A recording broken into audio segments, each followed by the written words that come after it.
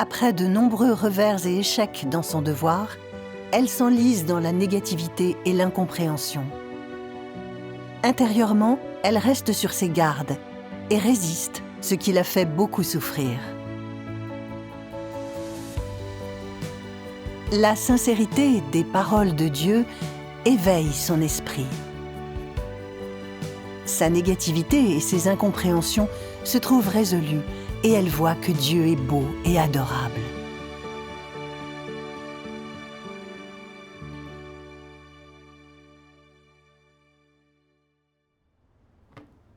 Il y a quelques années, j'ai réalisé des vidéos dans l'église.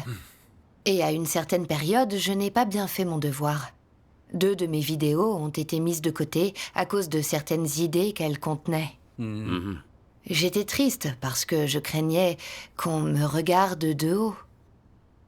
Pour prouver ma compétence, j'avais donc travaillé dur et passé des jours à préparer une nouvelle vidéo. Mais après avoir lu mon plan, le dirigeant m'avait dit que le concept était démodé et peu clair. Après discussion, tout le monde avait jugé qu'il était inutile de donner suite à mon projet. J'ai eu l'impression d'être une ratée. J'étais dans un état négatif, sans énergie pour faire mon devoir. Peu après, l'église a dû choisir une superviseuse pour les vidéos. Et j'ai appris par hasard que certains frères et sœurs disaient que j'avais l'esprit confus. Mon cœur s'est serré et mon esprit a bouillonné. Le dirigeant a dit que j'avais des idées confuses et les frères et sœurs que j'avais l'esprit embrouillé. Alors je suis quelqu'un de confus? Puis-je alors comprendre la vérité et être sauvé par Dieu? Est-ce que je vais être banni? Cette pensée m'a rendue négative et m'a tourmentée. J'ai voulu échapper à la situation. Le lendemain, en pleurant, j'ai dit au dirigeant: « Mon calibre est trop faible et ce devoir est si difficile. Confie-moi un autre devoir. » Le dirigeant m'a répondu: « Nous avons tous des défauts. Il est inévitable d'essuyer des échecs dans nos devoirs. Nous devons examiner les problèmes que nous rencontrons, les résoudre, puis continuer à faire des efforts. Ce devoir n'est pas hors de ta portée. » Oui, ton dirigeant avait raison. Oui, mais je ne l'ai pas compris. J'ai juste eu envie de m'en aller. Je suis partie en comprenant mal Dieu et en me sentant éloignée de mes frères et sœurs. Plus tard, je suis allée prêcher l'Évangile. Après des efforts intenses, je suis devenue très efficace. Et les frères et sœurs sont venus vers moi quand ils avaient des questions. Et j'ai repris de l'assurance. J'étais toujours de bonne humeur et pleine d'énergie pour faire mon devoir. 1 an plus tard, contre toute attente, le dirigeant s'est arrangé pour que je réalise de nouveau des vidéos. Tu es retourné là-bas? Oui. Au début, j'ai été efficace dans mon devoir, rien ne me contraignait. Mais ensuite, quand il a fallu innover, mes idées étaient dépassées et tout de suite rejetées. Je suis donc retombée dans un état négatif. Je me suis considérée de faible calibre, confuse, incapable de faire ce devoir. Le chef de groupe a vu que j'étais assez passive dans mon devoir. Alors il a échangé sur la vérité avec moi, il m'a soutenue. Et finalement, il m'a dit: « Frère François et toi, vous avez commencé à réaliser des vidéos presque en même temps. Il est sérieux, il étudie et résume bien les choses, il a fait des progrès dans son devoir. Ce n'est pas ton cas. Tu dois travailler plus. » Effectivement. Oui. Entendre ça m'a mise très mal à l'aise. Je me suis dit: tu as signalé un problème dans mon devoir, donc je vais le résoudre. Mais pourquoi me comparer à frère François? Il est de bon calibre, il pense clairement, et il a toujours été cultivé. Alors que je pars dans tous les sens. Je ne suis pas au même niveau que lui, on ne peut pas comparer. Le chef de groupe avait dit ça pour t'encourager. Pourquoi tu réagis comme ça? Oui. Oui. J'étais obsédée par cette histoire. Je résistais aux suggestions du chef de groupe et ne réfléchissais pas sur moi-même. Au bout d'1 semaine environ, il a appris que sœur Julie et moi avions du mal à collaborer, et il a échangé avec moi. Tu es associé à Sœur Julie. Elle est plus souple, mais tu as de meilleures compétences techniques. Vous vous complétez donc. Tu devrais plus discuter avec elle, plus tenir compte de ses opinions et apprendre de ses points forts. C'est ainsi qu'on s'améliore. Oui. Oui. Oui. Il a ajouté, ces derniers temps, tu n'obtiens pas de bons résultats. Tes vidéos sont démodées. Ne crois-tu pas que tu devrais y réfléchir ? Entendre mon chef de groupe exposer mes problèmes ainsi m'a attristée. J'ai eu l'impression qu'il me regardait de haut. Peu avant, il avait souligné mes problèmes, et avant que je puisse m'en remettre, il m'exposait. Je me suis sentie mal. J'en ai pleuré de frustration. Je n'ai pas pu m'empêcher de dire quelque chose que je regrette aujourd'hui encore. J'ai dit « J'ai l'impression d'être de trop dans ce groupe. Je n'aide en rien, mais tu me gardes sous la main. » Le chef de groupe a alors paru vraiment déconcerté. Il a dit « Comment peux-tu dire ça ? Oui. Personne ne te voit comme ça. Nous devons chercher la vérité pour résoudre les problèmes. Nous ne pouvons pas être négatifs. » Oui. Oui, Oui. c'est vrai. Mais le dirigeant de groupe a eu beau échanger, j'ai fait la sourde oreille. Je pensais que Dieu n'était pas content de moi, que mes frères et sœurs ne me faisaient pas bon accueil, que j'étais une figure marginale et non essentielle dans le groupe. Je me suis mise à vivre dans la négativité et l'incompréhension. Je suis devenue plus distante avec Dieu. Et ma confiance en moi s'est dégradée. Je disais toujours, je suis de faible calibre. Plus tard, j'ai réalisé une vidéo avec ma partenaire. Chaque fois qu'elle avait un point de vue différent du mien, je lui disais « Mon calibre est médiocre et mes idées ne sont pas bonnes. Tu comprends le problème, mieux vaut suivre tes idées. » Et j'effaçais ma propre proposition tout simplement. Elle s'inquiétait et disait « Pourquoi as-tu fait ça ? J'ai aussi des défauts et je ne comprends pas toujours les problèmes. » Elle avait raison. Plus tard, elle est venue me parler de son état. Elle a dit qu'elle était arrogante quand elle travaillait avec moi, qu'elle me prenait de haut et qu'elle devait réfléchir sur elle-même. Après l'avoir écoutée, je suis restée calme, mais cela m'a tourmentée et je n'ai pas voulu approfondir. Alors je me suis forcée à dire « Que tu fasses preuve d'arrogance est pardonnable. » Qui n'en ferait pas de même en travaillant avec quelqu'un d'un calibre aussi médiocre que le mien ? À ta place, je ferais la même chose. Elle voulait sincèrement te parler. Mais après ça, comment pouvait-elle s'exprimer librement ? Oui. Oui. Exactement. À ce moment-là, elle s'est sentie perdue et n'a pas su quoi me dire. J'ai donc vécu dans la négativité et l'incompréhension. Mon cœur était tourmenté et j'avais du mal à faire mon devoir. Surtout quand une vidéo était finie et qu'il fallait l'expliquer et demander aux autres de faire des commentaires. Je parlais rarement. Et je n'osais pas participer. Dans ce genre de circonstances, je me tournais vers ma partenaire. Ton état devait être vraiment mauvais. Oui, c'était Oui. le cas. Pendant quelques jours, mon état a été très mauvais. Pendant mes insomnies, je me disais « Pourquoi est-ce que je me retiens autant quand je fais mon devoir? Pourquoi n'ai-je pas confiance en moi? Pourquoi ai-je toujours peur qu'on me regarde de haut? Pourquoi la vie est-elle un tourment pareil pour moi? Je n'ai plus voulu être déprimée de la sorte. Je voulais vivre positivement, être capable d'accomplir mon devoir normalement. Mais je n'arrivais pas à me débarrasser de cet état négatif. Je ne pouvais qu'appeler Dieu pour qu'il me sauve et m'aide à échapper à cette situation. Peu après, le dirigeant a lu un passage des paroles de Dieu qui m'a fait comprendre mon problème et m'a permis de transformer mon état.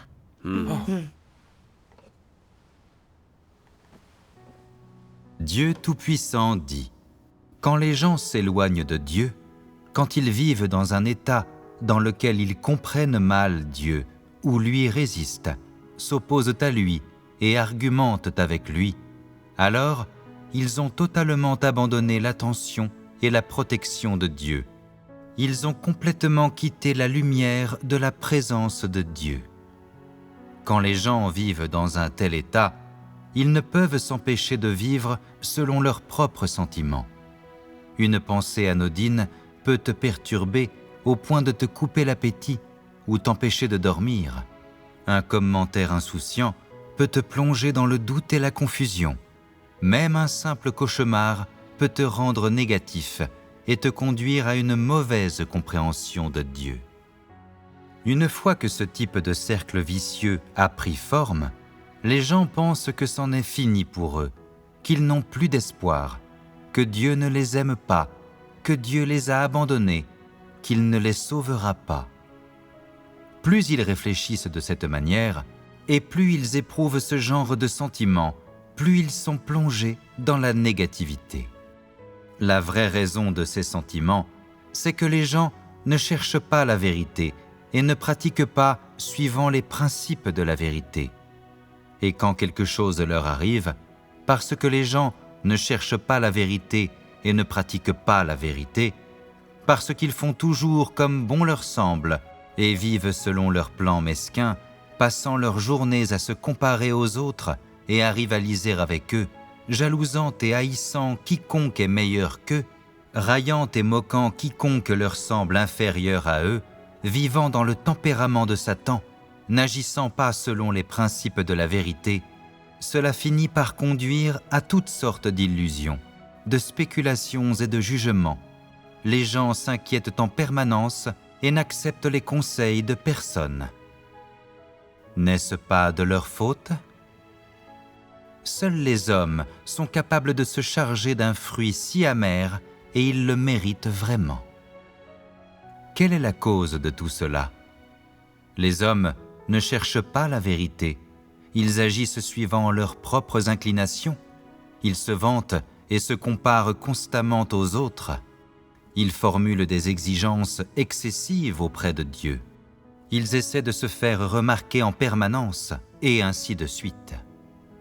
Tout cela fait que les hommes s'éloignent de Dieu encore et encore, s'opposent à Dieu et défient la vérité encore et encore. Finalement, ils plongent dans l'obscurité et la négativité. En de tels moments, les hommes sont dans l'incapacité d'avoir une compréhension pure des choses qui leur arrivent, d'avoir la bonne attitude vis-à-vis de ces choses. À la place, ils se plaignent de Dieu, le comprennent mal, essaient de le remettre en cause. C'est alors que les hommes se rendent compte qu'ils sont en difficulté.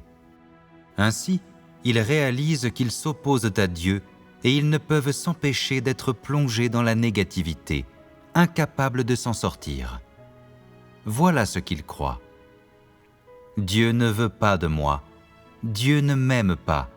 Je suis trop rebelle. Je me suis fait cela à moi-même. Dieu ne me sauvera pas après cela. Ils considèrent que les doutes dans leur cœur sont des faits. Et quelle que soit la personne qui échange avec eux et essaie d'expliquer, c'est inutile. Voilà ce qu'ils croient. Tout ça, ce sont des faits. Et tous ces faits sont vrais. Dieu ne me bénira pas, il ne me sauvera pas. Alors, à quoi bon croire en Dieu ? Quand le chemin de leur foi en Dieu en est arrivé à ce point, les gens sont-ils encore capables de croire ? Non.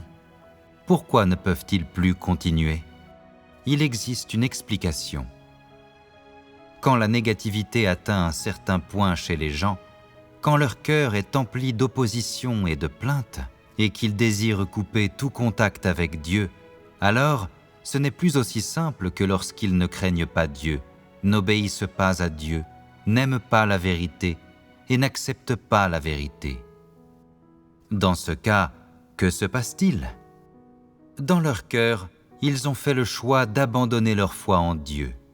Ils trouvent cela honteux d'attendre passivement d'être bannis, qu'il est plus digne de décider d'abandonner, et ils prennent alors l'initiative de rompre d'eux-mêmes. Ils condamnent la foi en Dieu comme mauvaise, ils condamnent la vérité pour son incapacité à changer les gens, et ils condamnent Dieu pour son injustice en se demandant, contrariés, pourquoi Dieu ne les a pas sauvés. J'ai fait tant de sacrifices.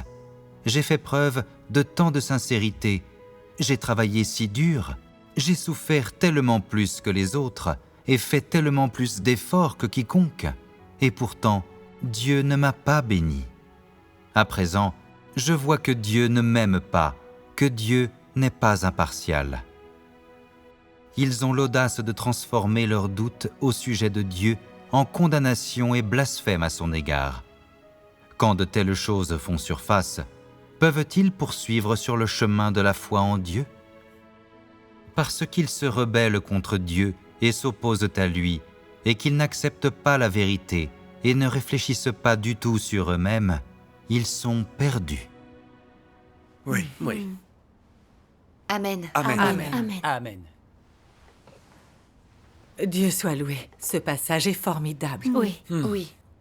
Il m'a semblé que chaque parole de Dieu constituait un rappel ou même un avertissement qui m'était destiné. Oui. En particulier quand Dieu disait « La vraie raison de ces sentiments, c'est que les gens ne cherchent pas la vérité et ne pratiquent pas suivant ses principes. En examinant ces paroles, j'ai réfléchi sur moi-même. Et j'ai finalement découvert qu'après tout ce temps, je n'avais jamais cherché la vérité face à ces situations. Sans parler de pratiquer selon les principes de la vérité, j'avais entièrement vécu en fonction de mon imagination et de mes spéculations.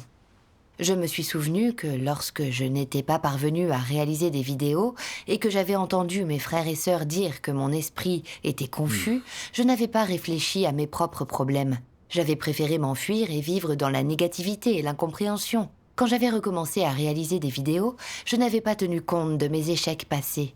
Mais j'avais fait mon devoir en étant passive et sur la défensive. En entendant le chef de groupe complimenter les autres, puis souligner les problèmes dans mon devoir, j'étais devenue encore plus négative. J'avais eu l'impression d'être médiocre, d'être confuse. J'avais soupçonné mes frères et sœurs de me mépriser, et j'avais mal compris Dieu. Ce qui avait fait souffrir mon cœur et m'avait rendue inefficace. Je m'étais retenue en toutes choses, je m'étais sentie vraiment contrainte. Ce n'est qu'alors que j'ai clairement vu que les gens qui m'entouraient ne posaient aucun problème et que Dieu ne me défavorisait pas. Je n'avais pas cherché la vérité. Et j'avais résisté au traitement et à l'émondage, les évitant et m'en irritant. Ma désobéissance à Dieu était trop forte. Elle m'avait fait sombrer dans l'obscurité et avait rendu ma relation à Dieu plus distante. Oui. À qui la faute sinon à moi quand je ne faisais pas bien mon devoir?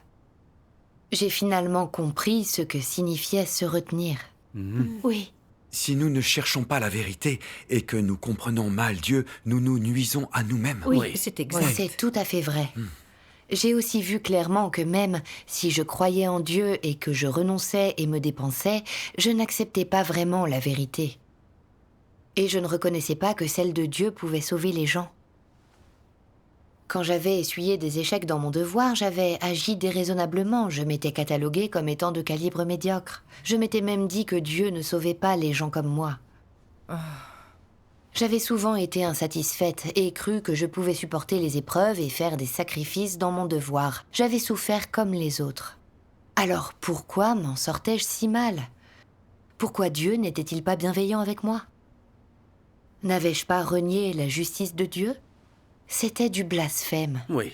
Effectivement. Plus j'y ai réfléchi, plus j'ai eu peur. J'ai pensé que mon état était bien trop dangereux. Oui. Si je ne me ressaisissais pas, si je ne me repentais pas, j'allais être bannie par Dieu. C'est vrai. Chaque état décrit dans l'analyse de Dieu a touché mon cœur. Voyant comment mon problème était grave, j'ai beaucoup pleuré.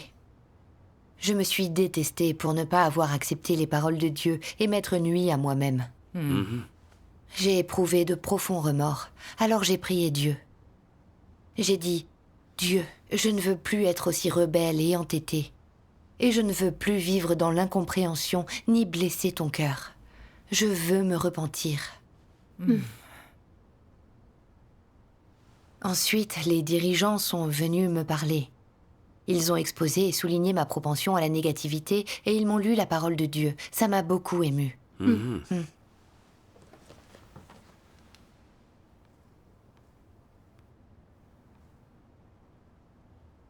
chaque étape, que ce soit quand Dieu te discipline et te châtie, ou quand il te rappelle à l'ordre et t'exhorte, dès lors qu'un conflit s'est produit en Dieu et toi et qu'au lieu de changer d'attitude, tu continues à te cramponner à tes propres idées, à tes points de vue et à tes attitudes, alors, même si tes pas te mènent en avant, le conflit entre toi et Dieu, tes malentendus avec lui, ton ressentiment à son égard et ta défiance ne seront pas résolus.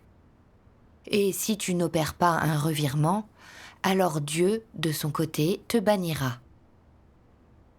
Même si tu n'as pas abandonné ton devoir en cours et que tu conserves toujours ton devoir et possèdes un peu de loyauté pour ce que Dieu a commissionné et que les gens considèrent cela comme étant acceptable, le conflit entre Dieu et toi a formé un nœud permanent.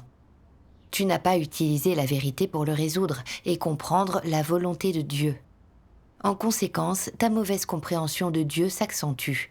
Tu continues de penser que Dieu a tort et que tu es traité injustement. Tu n'as donc pas fait de revirement. Ta rébellion, tes notions et ta mauvaise compréhension de Dieu persistent encore, ce qui te conduit à être désobéissant, à te rebeller continuellement contre Dieu et à t'opposer à lui. N'est-ce pas ce genre de personne qui se rebelle contre Dieu, lui résiste et refuse obstinément de se repentir? Si. Pourquoi Dieu accorde-t-il tellement une telle importance au revirement des gens? Quelle attitude un être créé devrait-il adopter quand il considère le Créateur? Une attitude qui reconnaît que le Créateur a raison quoi qu'il fasse. Si tu ne reconnais pas cela, que le Créateur soit la vérité, le chemin et la vie, ne sera que des paroles creuses pour toi. Si c'est le cas, peux-tu encore atteindre le salut? Certainement pas. Tu ne serais pas qualifié pour cela. Dieu ne sauve pas les gens comme toi. En opérant un revirement et en mettant de côté tes idées et tes intentions, une fois que tu auras cette détermination, ton attitude deviendra naturellement elle aussi une attitude de soumission. Cependant, pour être un peu plus précis, tout cela concerne les gens qui opèrent un revirement dans leur attitude envers Dieu le Créateur. C'est une reconnaissance et une affirmation du fait que le Créateur est la vérité, le chemin et la vie. Si tu peux faire volte-face, ça prouve que tu peux mettre de côté ce que tu crois juste, ou ce que l'humanité corrompue pense collectivement juste, et à la place que tu reconnais que les paroles de Dieu sont la vérité.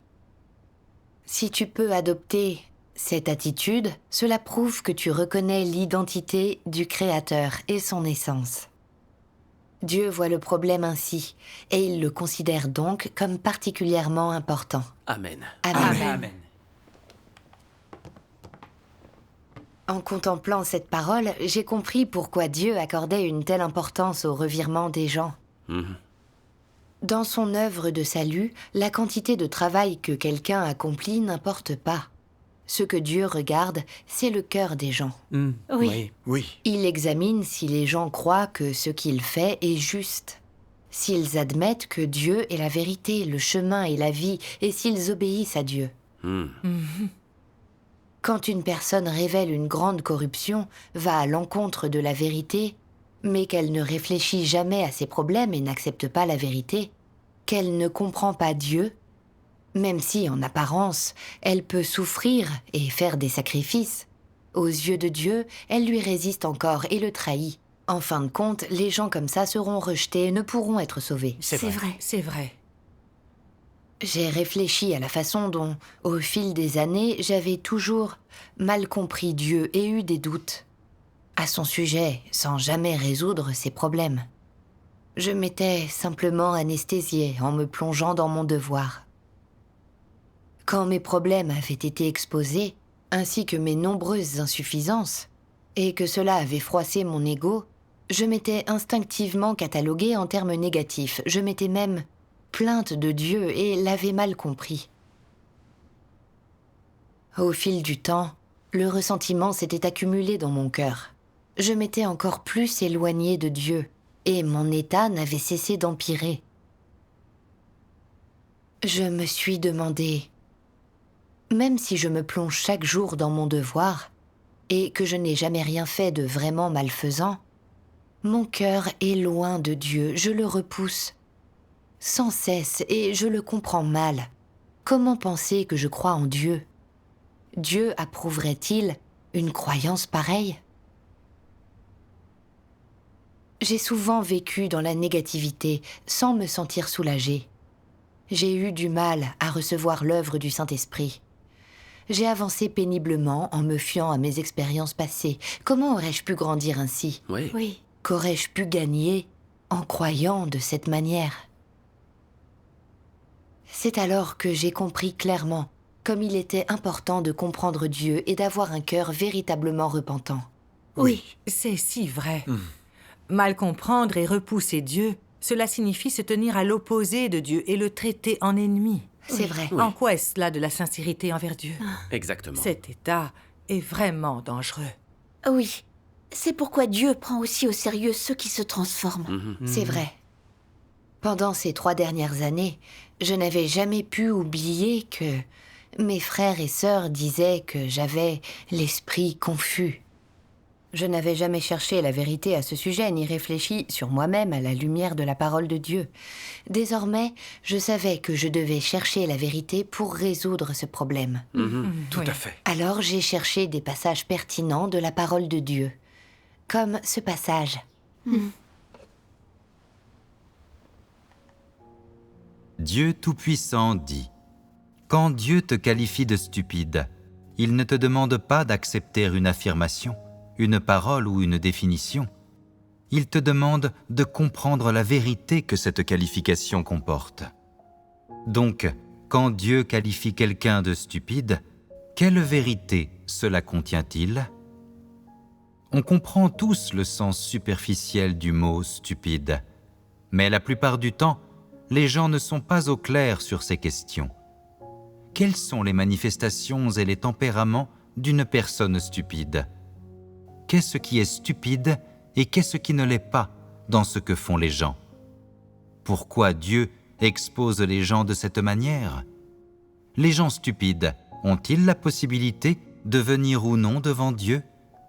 Peuvent-ils ou non agir selon les principes ? Sont-ils capables ou non de comprendre ce qui est bien et mal ? Sont-ils aptes ou non à discerner ce que Dieu chérit ou déteste ? Les gens trouvent ces choses-là ambiguës et floues et complètement indécelables. Par exemple, la plupart du temps, les gens ne savent pas, ce n'est pas clair pour eux. Si faire quelque chose d'une certaine manière, c'est simplement suivre les règles ou pratiquer la vérité. Ils ne savent pas non plus, et ce n'est pas clair non plus pour eux, si quelque chose est chéri ou détesté par Dieu. Ils ne savent pas si pratiquer d'une certaine manière, c'est imposer des contraintes ou échanger sur la vérité et aider les gens normalement. Ils ne savent pas si les principes selon lesquels ils agissent envers les autres sont corrects, s'ils essaient de se faire des alliés ou d'aider les autres. Ils ne savent pas si agir d'une certaine façon, c'est se conformer aux principes et tenir ferme dans leur position ou se vanter. Quand les gens n'ont rien d'autre à faire, certains aiment se regarder dans un miroir. Ils ne savent pas s'il s'agit de narcissisme et de vanité ou si c'est normal. D'autres font des crises de colère et sont un peu étranges. Sont-ils capables de dire si c'est lié à leur mauvais tempérament ?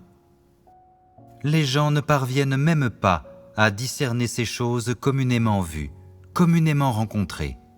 Et pourtant, ils continuent à dire qu'ils ont beaucoup gagné de leur croyance en Dieu. Cela n'est-il pas stupide ? Alors, pouvez-vous accepter d'être qualifié de stupide ? Oui, Et voulez-vous être stupide toute votre vie ? non, Personne ne veut être stupide. En fait, échanger et analyser de cette façon n'a pas pour but d'essayer de te cataloguer comme étant stupide. Quelle que soit la manière dont Dieu te définit, quoi qu'il révèle de toi, quelle que soit la façon dont il te juge et te châtie, ou te traite et t'émonde, le but ultime est de te permettre d'échapper à ces états, de comprendre la vérité, d'obtenir la vérité et d'essayer de ne pas être stupide. Donc, que dois-tu faire si tu ne veux pas être stupide? Tu dois rechercher la vérité. Tout d'abord, tu dois savoir dans quel domaine tu es stupide, dans quel domaine tu prêches toujours des doctrines, tu t'égares toujours dans des théories et des paroles doctrinales, ayant les yeux vitreux quand tu es confronté aux faits. Quand tu résoudras ces problèmes et seras au clair sur chaque aspect de la vérité, tu seras moins souvent stupide.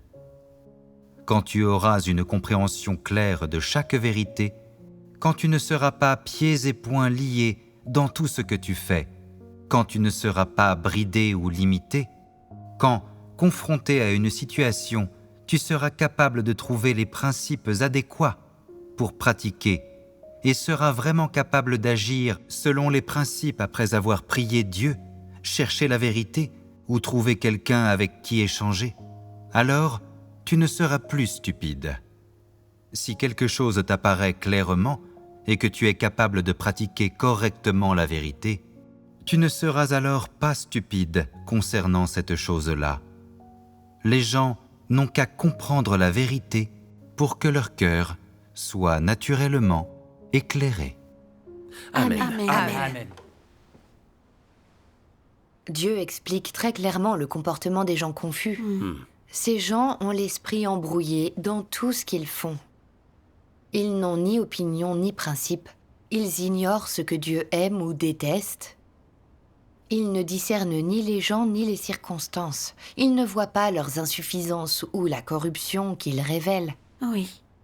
Quand des événements surviennent, ils ne savent pas distinguer le vrai du faux, et ils n'ont ni principe ni chemin de pratique. Quand j'ai mis en pratique ces paroles de Dieu, des scènes passées de mon devoir me sont venues à l'esprit. Je m'étais focalisée sur le fait de travailler dur, mais jamais sur le fait de lire les paroles de Dieu, et je n'avais pas cherché les principes de la vérité.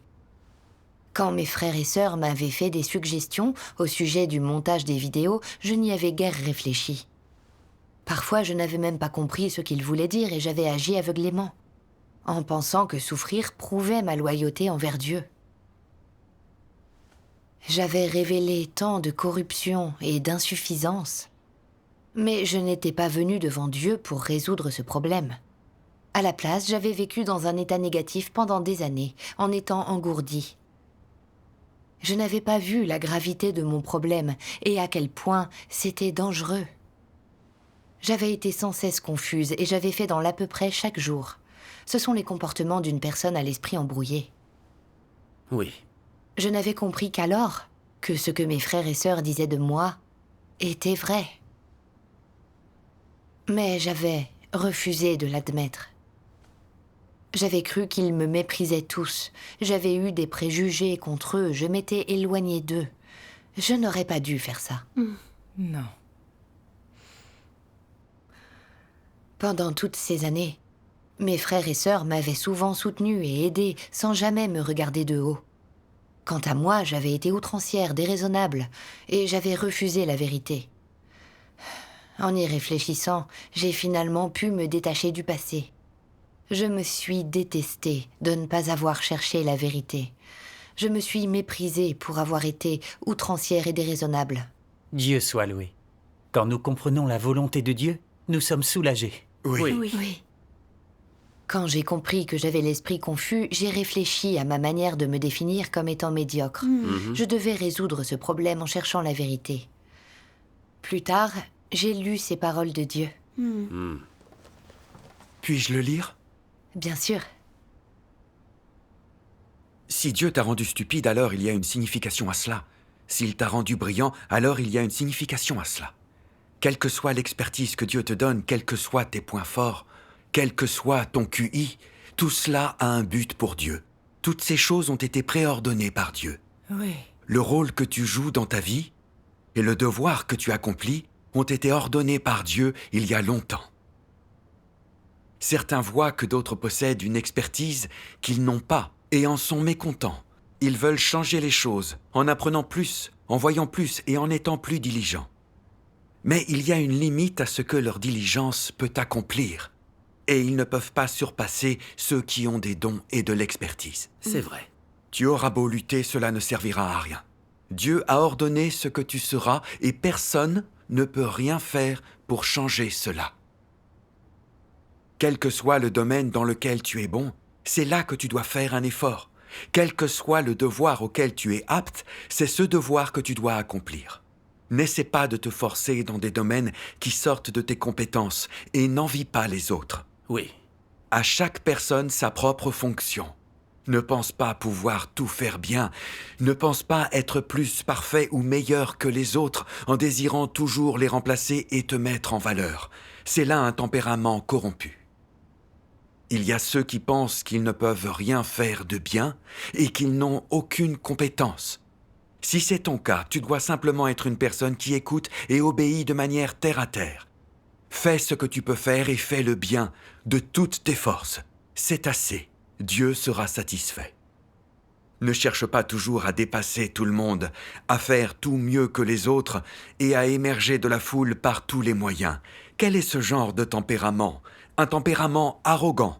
Les gens possèdent toujours un tempérament arrogant et même s'ils veulent lutter pour la vérité et pour satisfaire Dieu, cela ne suffit pas. Ils sont contrôlés par ce tempérament qui les égare facilement. Par exemple, il y a des gens qui veulent toujours s'afficher en exprimant leurs bonnes intentions au lieu des exigences de Dieu. Dieu louerait-il ce genre d'expression et de bonnes intentions? Pour être attentif à la volonté de Dieu, tu dois suivre les exigences de Dieu et pour accomplir ton devoir, tu dois te soumettre à ses arrangements. Ceux qui expriment de bonnes intentions ne sont pas attentifs à la volonté de Dieu, mais essaient de jouer de nouveaux tours et parlent de façon hautaine. Dieu ne demande pas que tu sois attentif ainsi.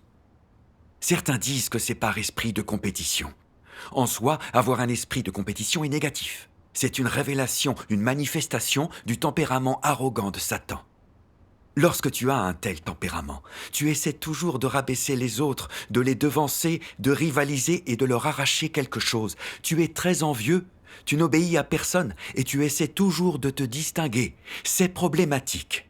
C'est ainsi qu'agit Satan.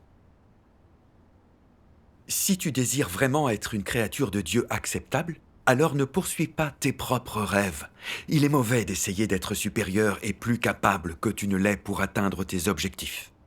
Tu dois obéir aux orchestrations et aux arrangements de Dieu et ne pas dépasser ta position. Seul cela est censé. Amen. Amen. Amen. Ces paroles de Dieu sont si claires. Pourquoi pensais-je être de calibre médiocre? Parce que ma nature était en fait très arrogante. J'avais eu des ambitions et voulu être supérieure aux autres, et quand je n'y étais pas parvenue, j'étais devenue négative et outrancière. J'avais trop désiré le statut. Dans tous les groupes, j'avais craint d'être méprisée et j'avais voulu être admirée. Mais en fait, bon nombre de mes propres problèmes et insuffisances étaient apparus. Et quand j'avais expérimenté le traitement et les mondages, j'avais cru que ma réputation était remise en cause. Je n'avais pas su réagir. J'avais pensé avoir un calibre trop faible et l'esprit confus. Je m'étais également souvent comparée aux autres. Quand j'avais vu que d'autres membres du groupe avaient des qualités et que leur calibre était supérieur au mien, je m'étais sentie peu douée et quelconque.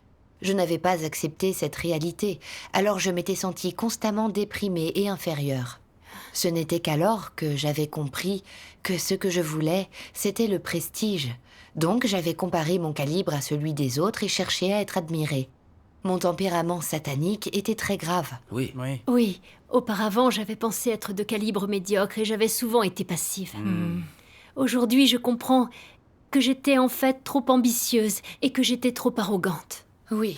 Maintenant, je sais aussi que parfois, on pense mal faire son devoir à cause d'un calibre médiocre, alors qu'en fait, on ne se comprend pas soi-même ou on refuse la vérité. Tout à fait. C'est tout à fait exact. Le calibre n'est pas essentiel pour déterminer si une personne peut bien faire son devoir. C'est vrai. Être tenu en haute estime par les autres ne garantit pas le salut. Non. Dieu n'a jamais dit une chose pareille. Dieu veut que nous soyons humains et raisonnables, que nous poursuivions la vérité, résolvions nos tempéraments corrompus et que nous vivions une ressemblance humaine. Oui. J'ai pensé à ce que Dieu disait. Peu importe si je dis que vous êtes attardé ou de mauvais calibre, c'est un fait. Le dire ne prouve pas que j'ai l'intention de vous abandonner, que j'ai perdu espoir en vous, que je ne suis pas, encore moins, disposé à vous sauver. Je suis venu aujourd'hui accomplir l'œuvre de votre salut, qui n'est autre que la continuité de l'œuvre du salut. Tout le monde a une chance d'être perfectionné. Pourvu que tu sois prêt, pourvu que tu poursuives, à la fin tu pourras atteindre ce résultat. Personne ne sera abandonné. Amen. Dieu soit loué. Oui, Ces paroles de Dieu sont très claires. oui. Même quand Dieu dit que les gens sont de calibre médiocre, c'est pour leur montrer leurs problèmes et qu'ils prennent conscience de leurs défauts, Oui. afin qu'ils puissent mieux poursuivre la vérité et grandir dans la vie. C'est vrai, c'est vrai. Notre calibre peut être faible, mais tant qu'on poursuit et s'efforce de répondre aux exigences de Dieu, Dieu nous bénira. Oui. Mais ceux qui ont un bon calibre mais qui ne cherchent pas la vérité seront bannis. Oui. Moi, j'avais un faible calibre et l'esprit confus. Mais Dieu n'avait jamais dit qu'il ne me sauverait pas ou qu'il allait me bannir pour cela. C'est vrai. Oui, c'est vrai. Il avait continué à me donner l'occasion de faire mon devoir. Je devais poursuivre la vérité, progresser activement, compenser mes défauts, ainsi qu'améliorer mon calibre. Oui. Par la suite, je me suis concentrée sur la recherche de la vérité. Et quelles que soient les circonstances, qu'il s'agisse de traitements et d'émondages ou d'échecs, j'ai pu obéir et chercher les principes de vérité. Dieu soit loué. Dieu soit loué. En vivant les choses de cette façon, j'ai rapidement éprouvé la présence de Dieu et senti que j'avais vraiment l'esprit plus clair. Quand mes frères et sœurs discutaient d'idées pour des vidéos, je ne me suis plus retenue. Parfois, j'exprimais des points de vue erronés ou bien on me faisait des suggestions, mais j'ai pu affronter correctement ces situations. Dieu soit Dieu loué. soit loué. Dieu soit loué. Dieu soit loué. Durant cette période, je me suis sentie très proche de Dieu. J'avais l'impression que Dieu était à mes côtés, qu'il me donnait foi et force.